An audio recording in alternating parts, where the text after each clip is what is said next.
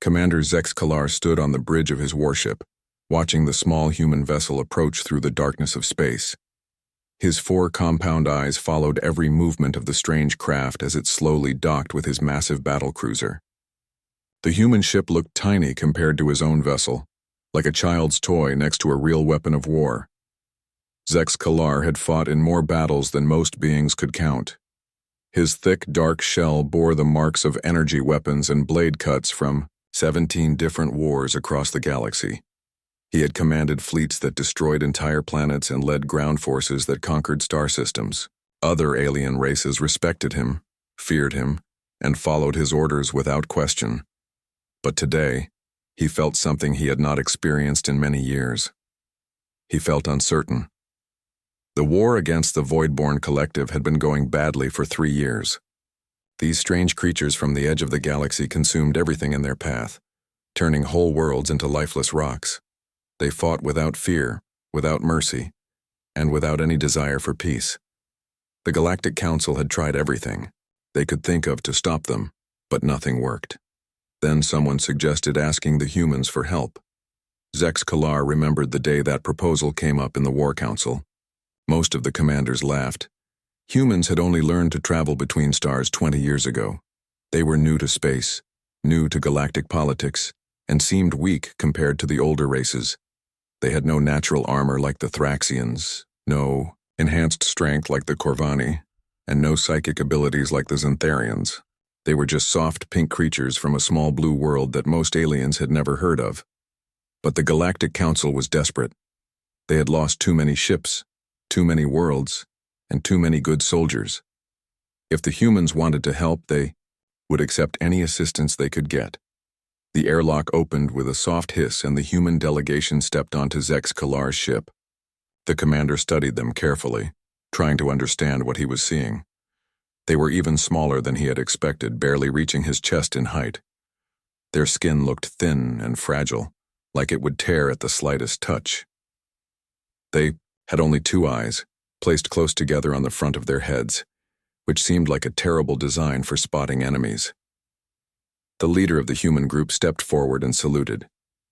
His uniform was simple and practical, without the decorative elements that most alien military leaders preferred.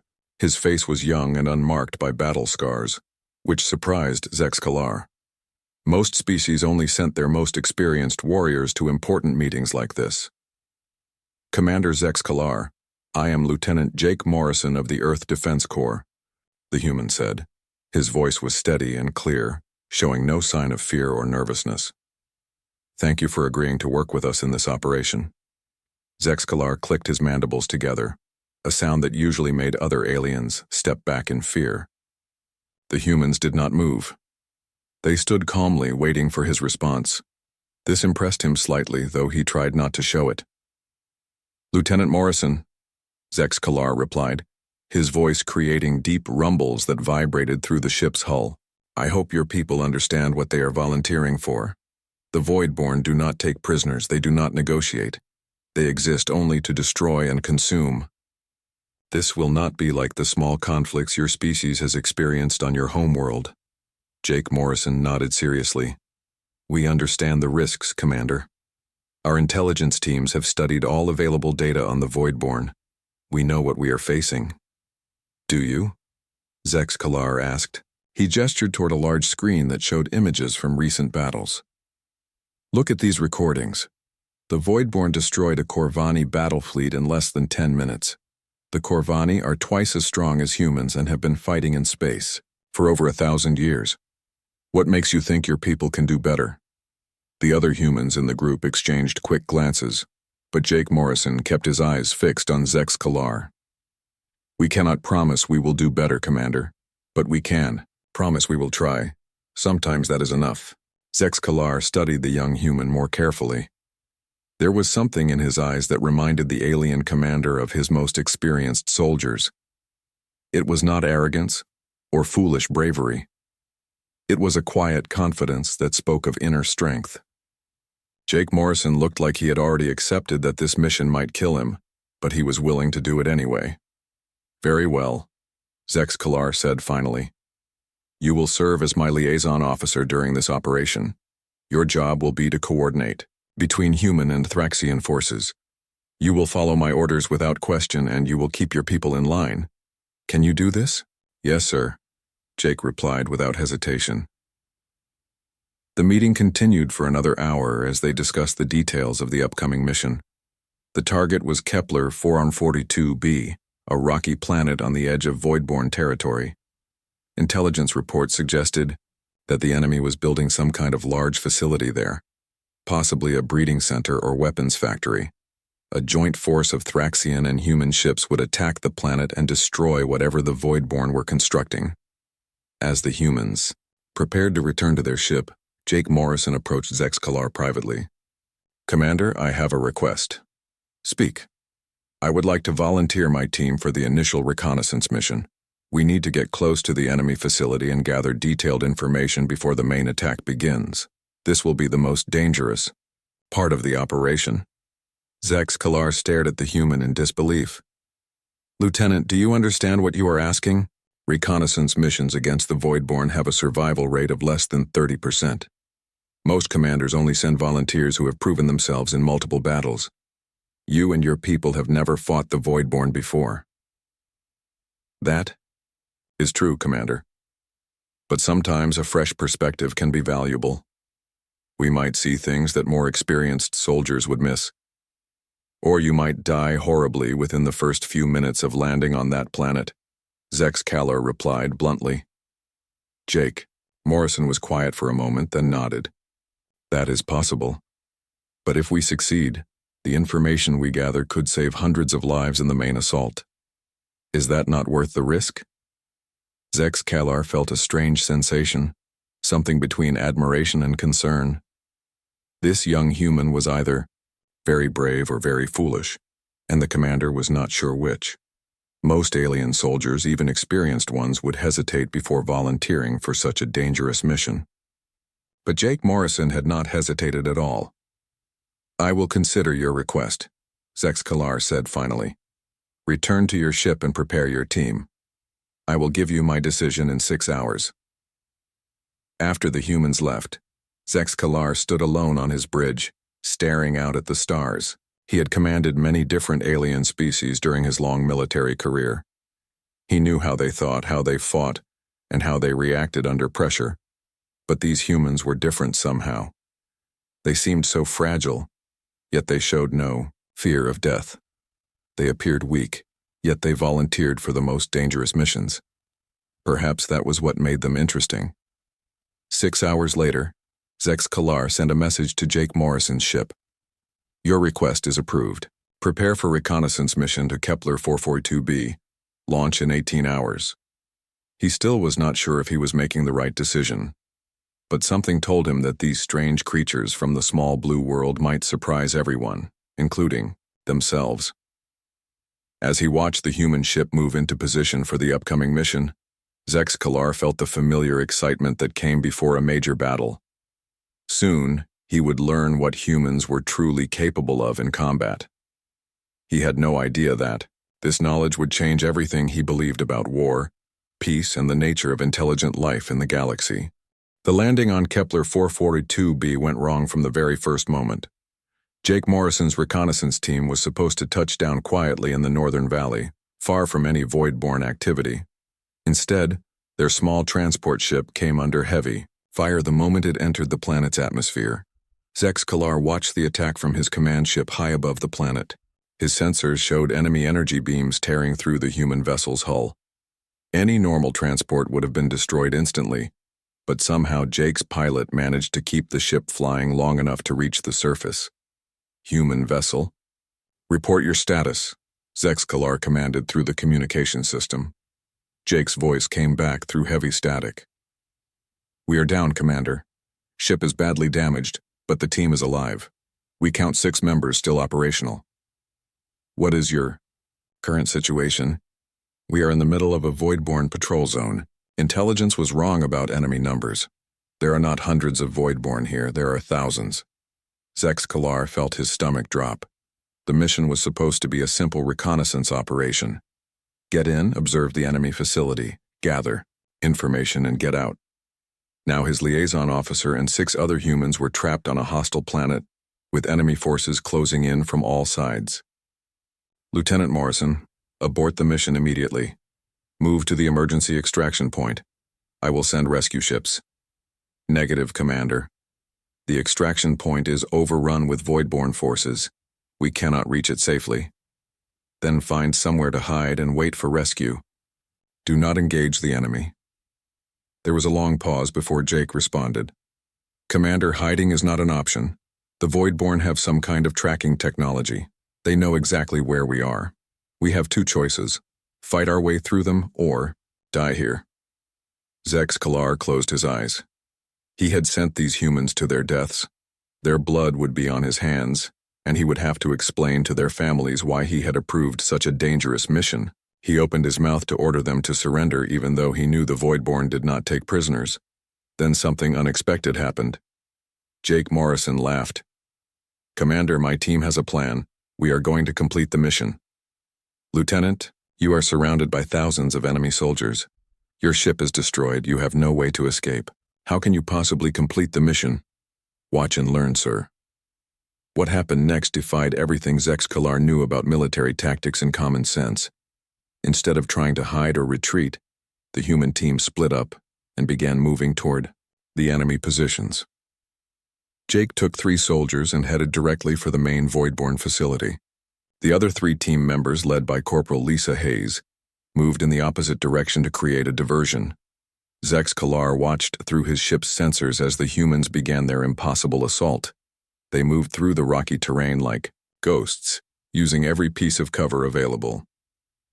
When they encountered Voidborn patrols, they did not fight fair. They used the environment as a weapon, causing rock slides to crush enemy soldiers and setting up ambushes in narrow canyons. Corporal Hayes and her team were especially creative. They found an old mining tunnel that led close to a major Voidborn staging area. Instead of avoiding the enemy, they crawled through the tunnel and emerged right in the middle of the Voidborn camp. Before the aliens could react, Hayes had rigged their own power generator to explode. The explosion destroyed dozens of enemy vehicles and created chaos throughout the Voidborn forces. But Hayes was caught in the blast. Zex Kalar watched her vital signs drop as she was badly injured by flying debris. Corporal Hayes is down, came the report from Sergeant Ben Carter. She cannot move without assistance.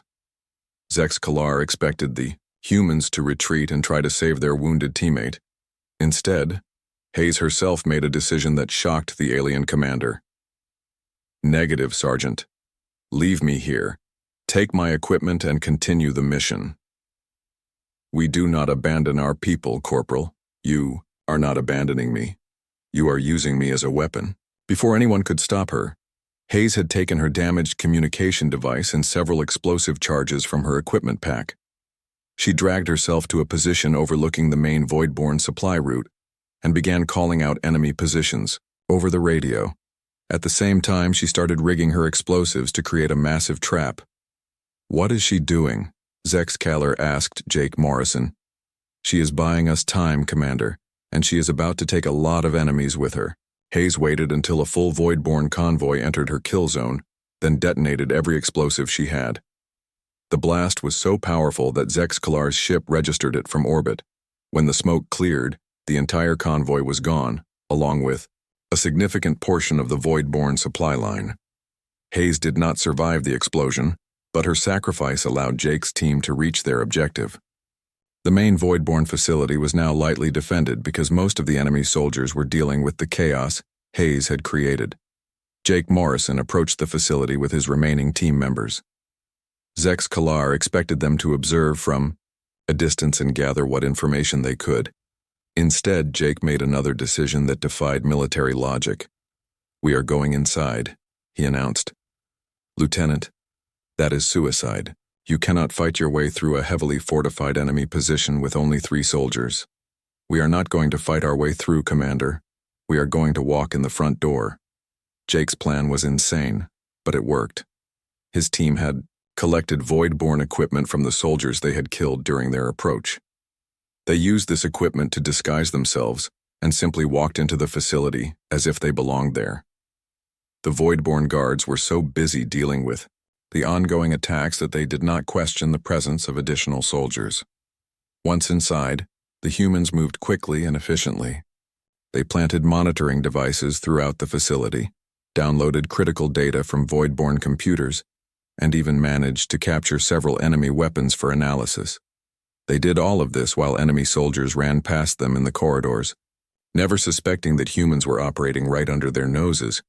But Jake was not finished. As his team prepared to leave the facility, he made one final decision that left Zexkalar speechless.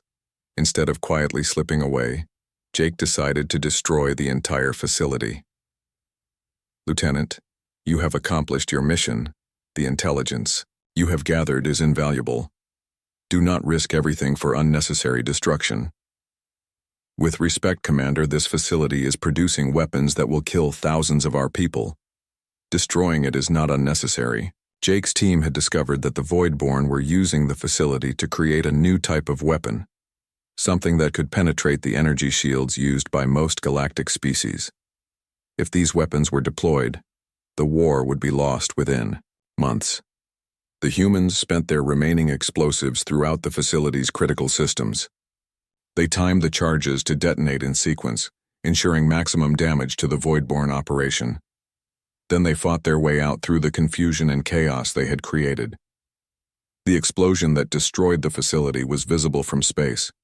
Zexkalar watched in amazement as months of enemy construction work disappeared in a matter of seconds. The humans had not only completed their reconnaissance mission, they had struck a major blow against the Voidborn war effort. But the cost had been high. Of the 7 humans who had landed on Kepler 442b, only 4 were still alive. Hayes was dead, and 2 other team members had been killed during the escape from the facility. The survivors were wounded and exhausted, running on determination alone. "Commander, this is Morrison. Mission accomplished. We have the intelligence. Data and the facility is destroyed. But we need immediate extraction. We cannot hold our position much longer." Zexkalar was already moving his rescue ships toward the planet's surface. "Extraction ships are en route, Lieutenant. Hold your position for 10 more minutes." "Understood, sir. We will be here." As the rescue operation began, Zexkalar found himself staring at the tactical display in confusion. Everything about the human mission had been wrong according to military doctrine. They had split their small force, engaged superior numbers, taken unnecessary risks, and sacrificed team members for tactical advantage. Any other species would have failed completely using such methods. But the humans had succeeded. Not only had they gathered the intelligence they were sent to collect, they had also eliminated a major enemy facility and dealt a serious blow to Voidborn operations in the sector. They had accomplished more in 6 hours than some entire fleets had managed in months of fighting. When Jake Morrison and his surviving team members were brought aboard Zexkalar's ship, the alien commander studied them carefully. They were covered in dirt and enemy blood, their equipment was damaged, and they had the hollow look of soldiers who had seen too much death. But their eyes were calm and steady. They showed no signs of shock or trauma from their ordeal. "Lieutenant Morrison, your mission report," Zexkalar requested. Jake handed him a data storage device, complete intelligence package on Voidborn weapons production, facility layouts, and defensive capabilities. Also, samples of their new shield-penetrating weapons and technical specifications for their communication systems. Zexkalar looked at the device in his hand. The information it contained would save countless lives and might even change the course of the war. 3 months had passed since the mission on Kepler 442b, and Zexkalar found himself working more closely with human forces than he had ever expected. The success of Jake Morrison's reconnaissance team had impressed the Galactic Council, and now human units were being assigned to major operations throughout the war zone. Zexkalar should have been pleased. The humans were proving to be valuable allies, and their unconventional methods were helping to turn the tide against the Voidborn. But instead of satisfaction, the alien commander felt a growing sense of unease that he could not explain. The feeling started during the Battle of Rigel 7. Captain Amy Rodriguez had been given command of a small human fleet with orders to delay a massive void-born invasion force. The enemy had over 200 ships compared to Rodriguez's 30 vessels. Any reasonable commander would have retreated and called for reinforcements. Rodriguez did neither. Instead, she led her fleet directly into the asteroid belt surrounding Rigel 7 and began playing a deadly game of hide-and-seek with the void-born forces. Zex Kalar watched the battle from his command ship, positioned at what he thought was a safe distance. He expected to see the human fleet destroyed within hours. The void-born ships were larger, more heavily armed, and far more numerous than the human vessels. But Rodriguez had not chosen the asteroid field randomly. She had studied the gravitational patterns, the orbital mechanics, and the composition of every major asteroid in the belt. When the void-born ships entered the field to hunt down the humans, she was ready for them. The first enemy ship was destroyed when Rodriguez used her ship's weapons to destabilize a large asteroid, sending it crashing into the void-born vessel at tremendous speed. The second ship was eliminated when she lured it into a narrow canyon between two asteroids, then collapsed both sides of the canyon using precisely placed explosives. But it was her treatment of the third ship that made Zex Kalar realize something disturbing about human warfare. Instead of destroying the vessel quickly, Rodriguez disabled its engines and left it floating helplessly in space. Then she broadcast the crew's distress calls on all void-born communication frequencies. "Why is she doing this?" Zex Kalar asked Jake Morrison, who was serving as his liaison during the battle. "She wants the other void-born ships to attempt a rescue," Jake explained calmly. "When they do, she will be waiting for them." "That is," Zex Kalar struggled to find the right words. "That is using their compassion for their comrades against them." "Yes, sir. It is very effective." The trap worked exactly as Rodriguez had planned. 3 void-born ships broke formation to rescue their disabled comrade. All 4 vessels were destroyed in a carefully prepared ambush. The remaining enemy ships, shaken by the loss of their companions, began making mistakes that Rodriguez exploited, ruthlessly. By the end of the day, Rodriguez had destroyed over 50 void-born ships while losing only 8 of her own vessels. The surviving enemy fleet retreated rather than continue fighting in the asteroid field. It was a brilliant tactical victory, but Zex Kalar felt sick watching it unfold. The next incident occurred 2 weeks later during a ground assault on Proxima Station. Staff Sergeant Kevin Walsh was leading a small unit of human soldiers against a heavily fortified void-born position.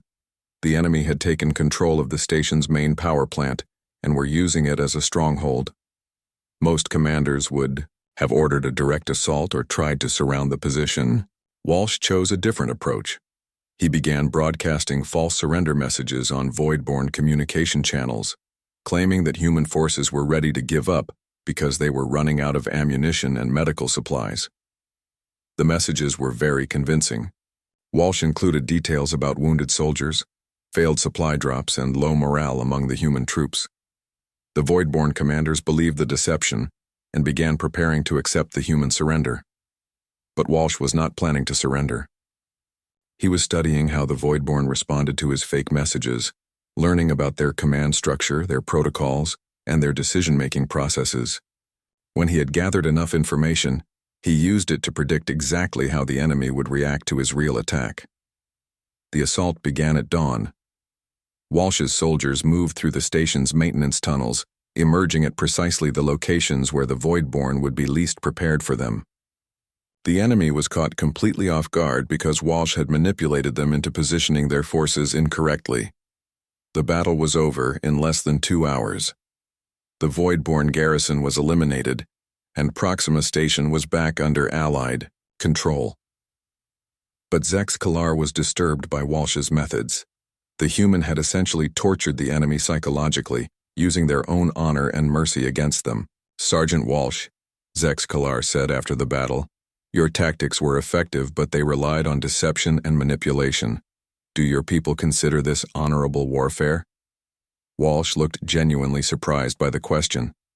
"Commander, honor has nothing to do with it. War is about winning. If the enemy is foolish enough to believe lies, that is their weakness, not our fault." The third incident that troubled Zexcalar happened during the siege of New Centauri. Major Susan Clark was coordinating a massive Allied offensive involving ships and ground forces from 7 different star systems. The operation required precise timing and flawless communication between dozens of different units. The problem was that the Voidborn had jammed most communication channels, making coordination nearly impossible. Other commanders had postponed similar operations until the jamming could be overcome. Clark decided to proceed anyway. She used an obsolete emergency communication system that most military forces had abandoned decades ago. The system was slow, unreliable, and could only transmit simple coded messages. But it was so old that the Voidborn had not bothered to jam it. Clark spent days creating an elaborate code system that allowed her to send complex tactical instructions using the primitive communication method. She coordinated attacks across 7 different star systems, timing them to occur within minutes of each other, all while using technology that most species considered useless. The offensive was a complete success. Voidborn forces found themselves under attack simultaneously on multiple fronts, preventing them from concentrating their defenses. New Centauri was liberated, and enemy forces in the entire sector were forced to retreat. But what impressed Zexcalar was not just Clark's tactical skill. It was her complete lack of emotion when discussing the casualties. Over 3,000 Allied soldiers had died during the offensive, including many humans. When asked about the losses, Clark simply stated that they were within acceptable parameters for an operation of that scale. "Major Clark," Zexcalar said during the post-battle briefing, "do you feel any remorse about the soldiers who died under your command?" Clark considered the question carefully before answering. "Commander, feeling remorse would not bring those soldiers back to life. My job is to complete the mission with minimum casualties, not to feel guilty about necessary sacrifices. Emotion has no place in tactical decision-making." Her answer chilled Zexcalar to his core. He had seen many commanders make difficult decisions during his long career, but they always showed some sign of regret when their orders resulted in deaths.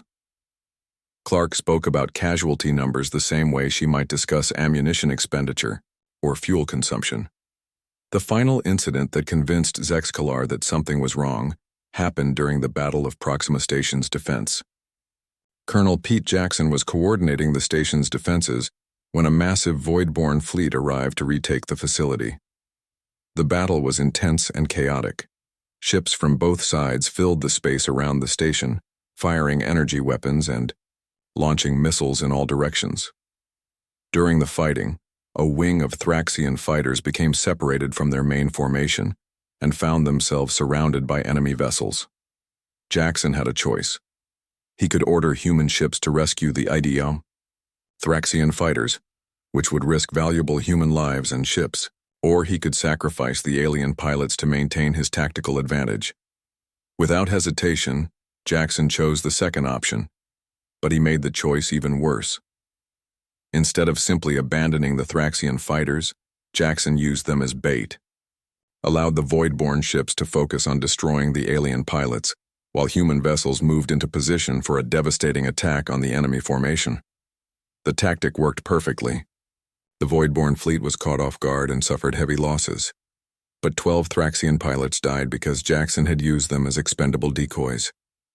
After the battle, Zexcalar confronted Jackson privately. The human colonel showed no sign of guilt or regret about his decision. "Colonel Jackson, those Thraxian pilots were our allies. They trusted us to support them in battle. Commander, war is not about trust or friendship. It is about winning. Those pilots died, but their death saved the station and prevented thousands of additional casualties. That is an acceptable trade." Acceptable to whom? To anyone who understands? That victory requires difficult choices. Zexcalar stared at the human officer, trying to understand what he was seeing. Jackson was not evil or cruel. He genuinely believed that his actions were correct and necessary. The colonel had calculated the value of Thraxian lives against the strategic importance of the station, and decided that the trade was worthwhile. Zexcalar could not sleep. For 3 days he had been lying in his quarters, staring at the ceiling and thinking about everything he had seen during his months of fighting alongside human forces.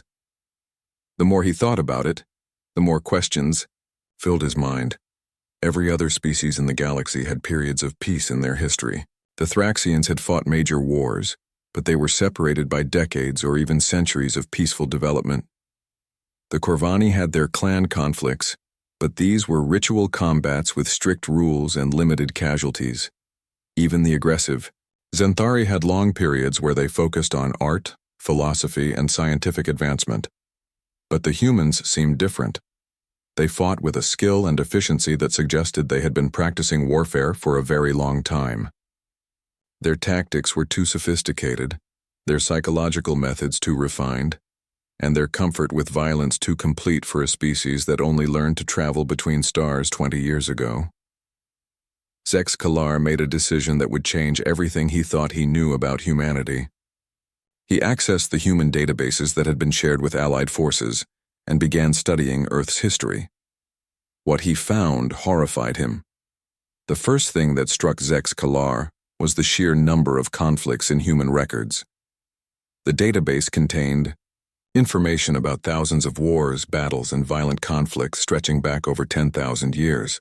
Not occasional wars separated by long periods of peace, but constant, continuous warfare that seemed to define human civilization. He read about something called World War I, a global conflict that killed millions of humans using poison gas, machine guns, and artillery bombardments. The descriptions of trench warfare reminded him of the most brutal siege tactics used by the most savage alien species he had ever encountered. Then he discovered that World War I had been followed by World War II, an even larger conflict that killed even more people. Humans had developed weapons that could destroy entire cities in single explosions. They had created systematic methods for killing civilians. They had turned industrial production into tools for mass destruction. But these were not ancient conflicts from humanity's primitive past. World War II had ended less than 100 years before humans achieved spaceflight. They had been fighting massive planet-wide wars using advanced technology, while most other species were still discovering agriculture.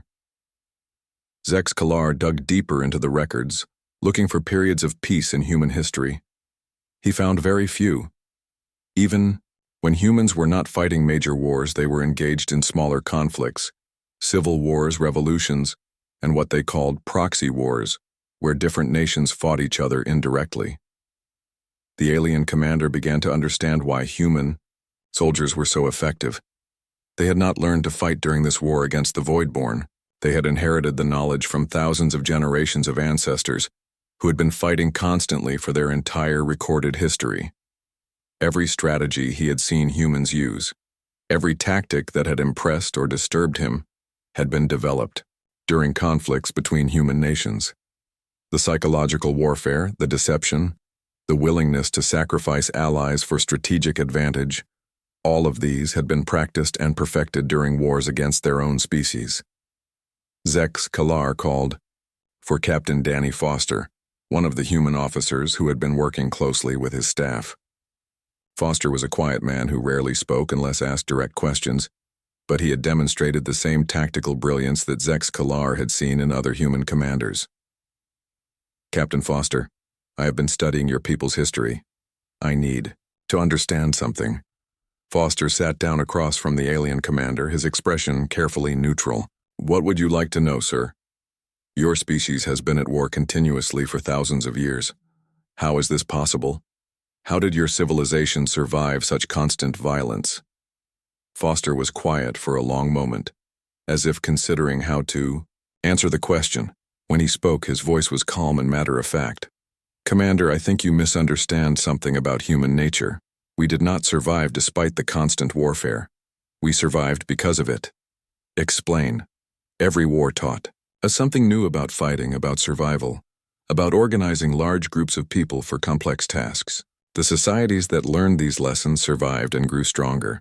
The ones that did not learn were conquered or destroyed. Foster gestured toward the viewport where stars filled the darkness of space. You want to know why we are good at this war against the Voidborn? It is because we have been practicing on each other for 10,000 years. Every strategy, every tactic, every method of psychological warfare, we developed these fighting our own people first. Zexkalar felt a chill run through his body. You are saying that humans evolved to be warriors? Not exactly, sir. We evolved to be survivors. But on Earth, survival meant being better at violence than anything else that wanted to kill us.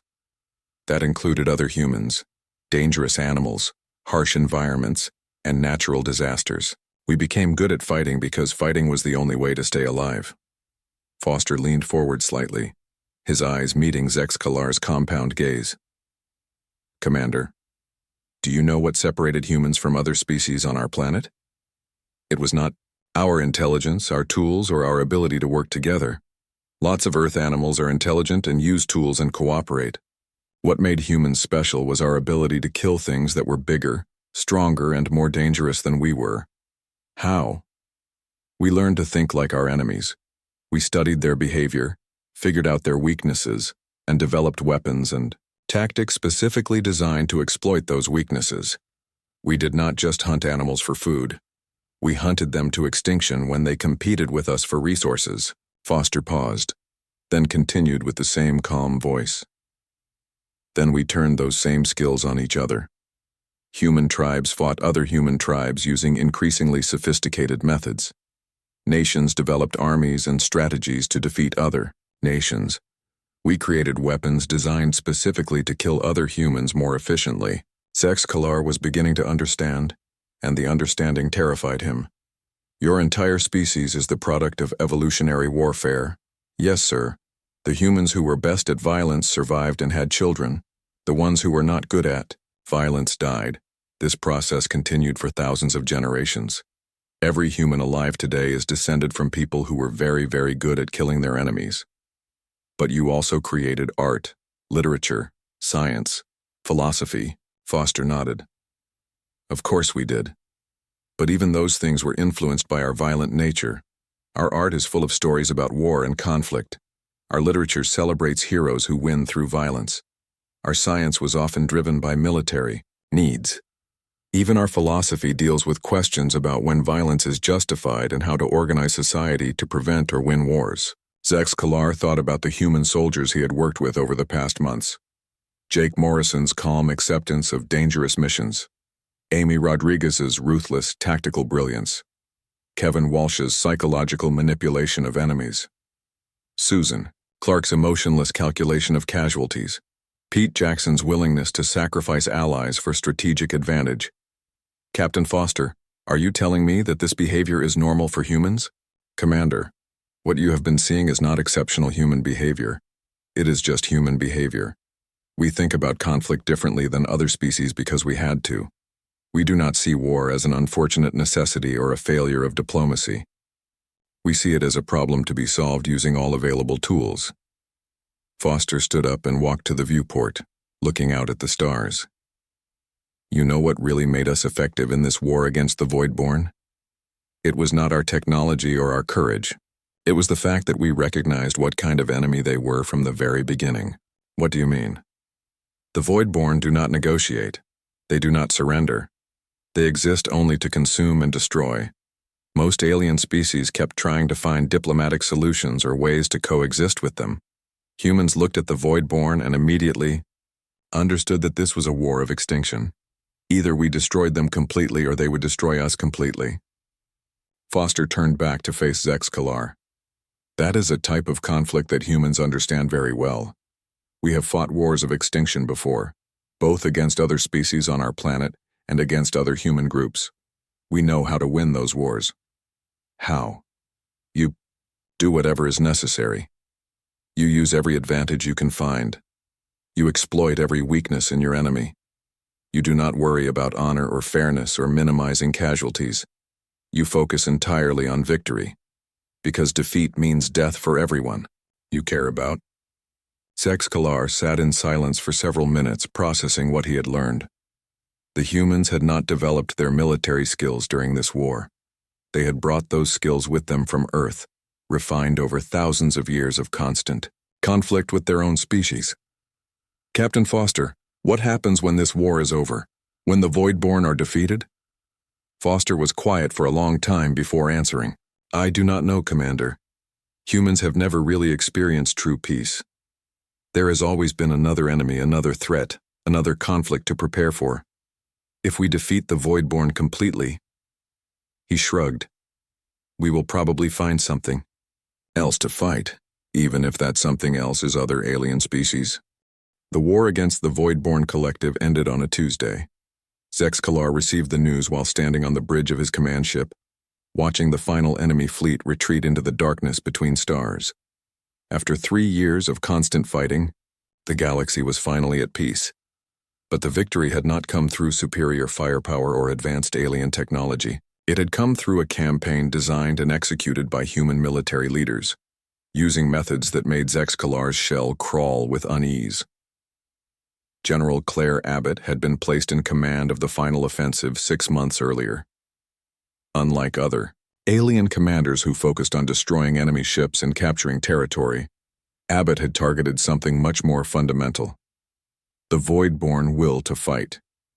The campaign began with systematic attacks on Voidborn communication networks. Human teams infiltrated enemy systems and began broadcasting false information, creating confusion and distrust within their ranks. The broadcasts were carefully designed to make different Voidborn factions suspect each other of treachery and betrayal. At the same time, Abbott ordered strikes against Voidborn cultural sites and symbols of authority. These targets had no military value, but their destruction sent a psychological message to enemy forces. The humans were not just fighting a war, they were attempting to break the spirit of an entire civilization. The most disturbing part of Abbott's strategy was her use of captured Voidborn prisoners.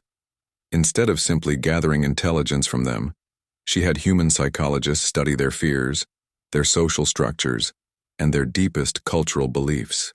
This information was then used to create propaganda specifically designed to terrorize Voidborn populations.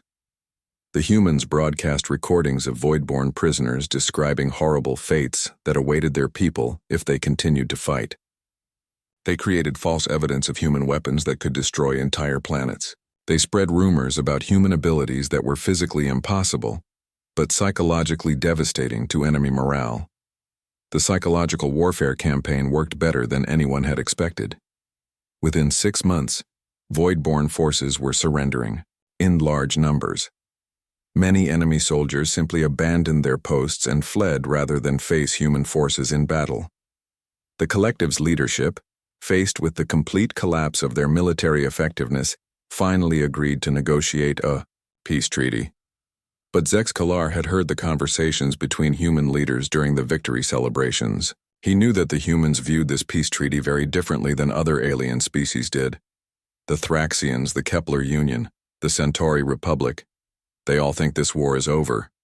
Admiral Robert Hayes had said to Secretary of Defense Linda Price during a private meeting that Zexkalar had accidentally overheard.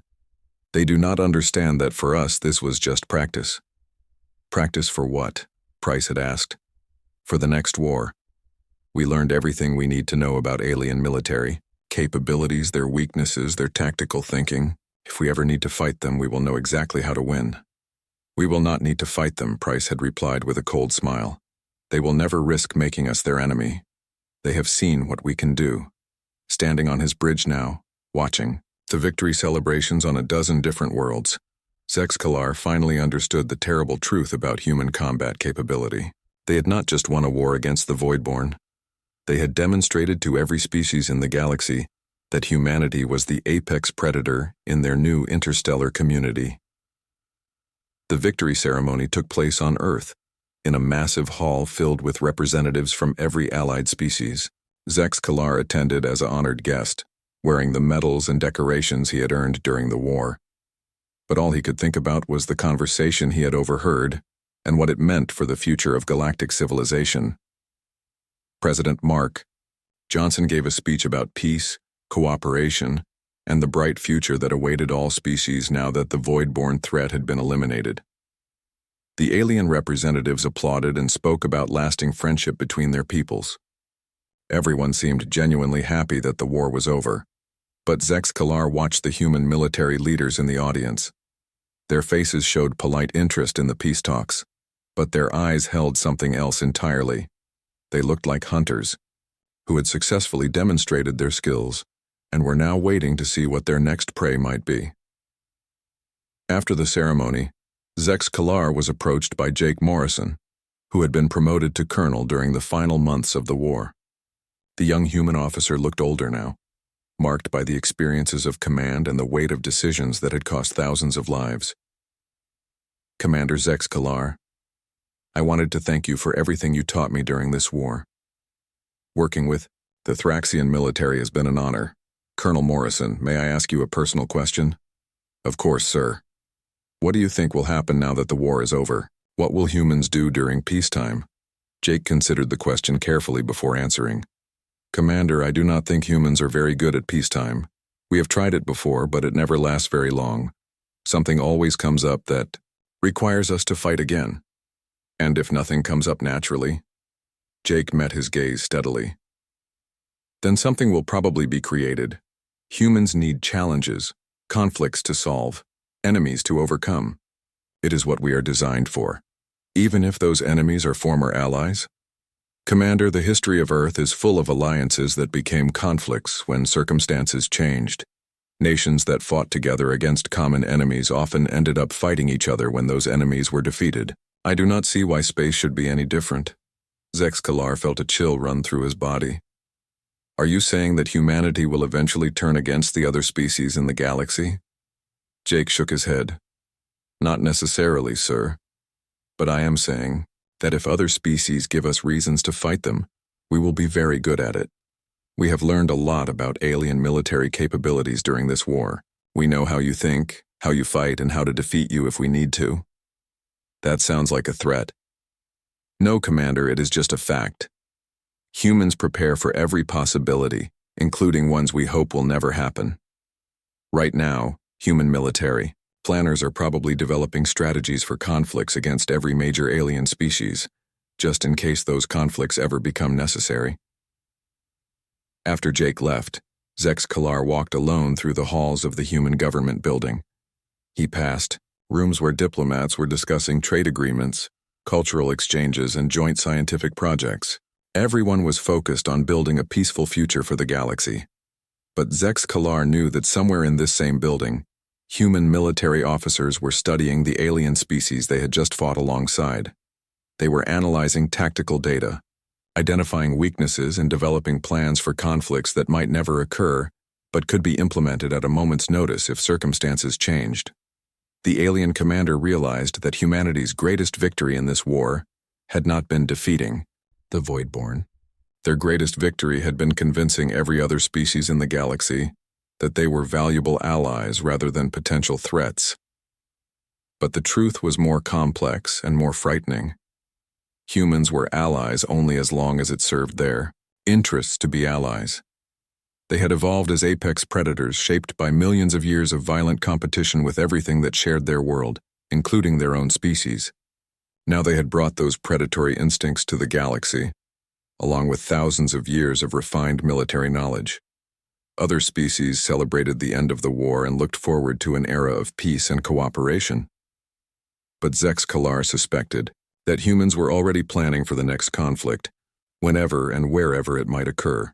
They had demonstrated their military superiority against the Voidborn, and now every alien species knew that challenging humanity would be extremely dangerous. This knowledge created a delicate balance of power that could last for years or decades. But Zex Kalar understood something that the other alien leaders did not.